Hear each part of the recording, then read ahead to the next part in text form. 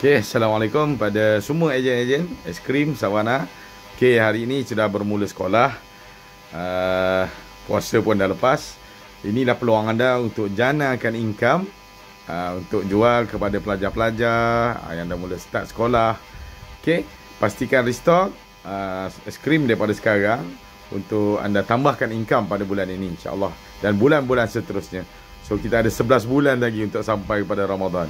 Jadi peluang anda bermula hari ini, tolong restock secepat mungkin supaya anda dapat buat jualan di bulan Syawal ini sehingga kita dapat capai sebelum daripada puasa pada tahun depan. Okey, restock banyak-banyak. Alhamdulillah, dah ramai sangat order.